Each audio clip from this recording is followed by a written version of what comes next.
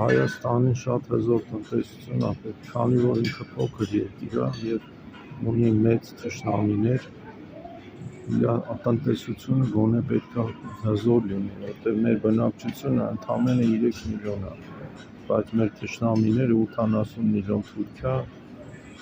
5-6 Ադրբեջան, մեզ պետք է շատ հզոր տնտեսություն, դա կարա լինի հզոր կամ շուկայական տնտեսություն, բայց դա պետք է ունենա արդյունավետ հարկային համակարգ, կամ պետք է լինի սոցիալիստականի նման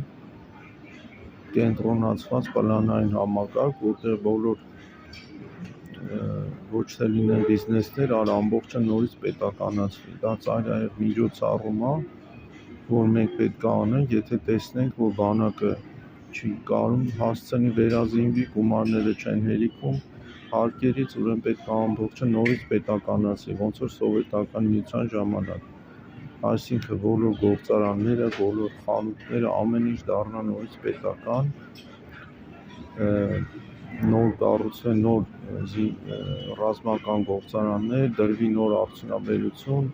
նորից այդ ամեն ինչը կառուցվի, թե չէ Հայաստանի Հանրապետությունը ընդհանրապես չի լինի, դրա մասին խոսելը անիմաստ է,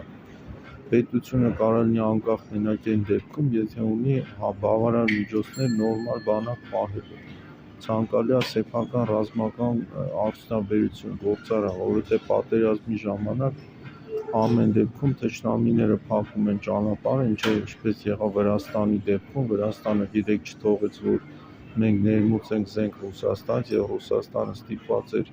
քիչ ու միչ ինքնաթիռով դեպի Պարսկաստան ուղարկել այնտեղից Էրեբունի օդանավակայան, որը այն ծավալը չի, ինչը նա կարող էր ուղարկել ցամաքային ճանապարհով, եթե Վրաստանը չփակեր բլոկադային մեծ պատերազմի ժամանակ չենթարկեր, իսկ նա դա արեց Թուրքիայի, Ադրբեջանի խնդրանքով, այսինքն ամեն դեպքում մենք պետք է ունենանք սեփական արտադրությունը, որ եթե բոլոր 4 սահմանները փակ լինեն, այ ժողովուրդը այստեղ կարողանա իր արկերը, իր տանկերը, իր ամեն ինչը այստեղ իր փամփուշտը բավարար չափով արտադրի ունենալ, դա միակ պայմանն է անհրաժեշտ բայց ոչ բավարար, որպեսզի Հայաստանը լինի անկախ հանրապետություն, այլապես այլընտրանքը միայն նա է, որ Հայաստանը պետք է մտնի Ռուսաստանի կազմի մեջ և դառնա մարզ Ռուսաստանի, գրեք կոմենտներում խնդրում եմ, որ տարբերակին եք կողմ, խնդրում եմ բաժանորդագրվեք, կիսվեք և օգնեք ալիքի զարգացմանը դրանով, շնորհակալություն։